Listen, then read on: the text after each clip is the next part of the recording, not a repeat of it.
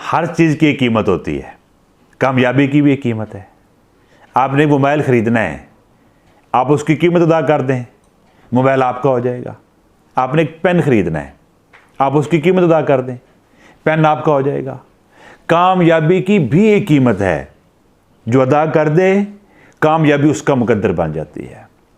दुनिया में जितने भी नशे हैं, कामयाबी का नशा सबसे बड़ा है। सारे नशे उतर जाते हैं, लेकिन ये नहीं उतरता। हाय कम बख्त, तूने पी नहीं। ये नशा चढ़ने में ज़रा देर लगती है, लेकिन एक दफ़ा चढ़ जाए तो फिर उतरता नहीं है।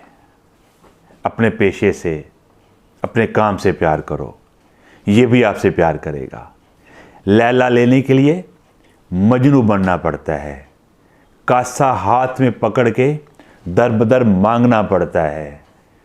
हीर लेने के लिए रांझा बनना पड़ता है, कान छिदवाने पड़ते हैं, घर बार आराम छोड़ के भैंसें चरानी पड़ती हैं, फिर हीर मिलती है।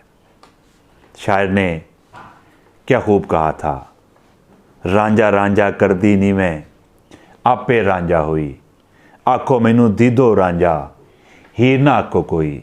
आपका काम, आपका पेशा भी आपकी हीर है, आपकी लैला है।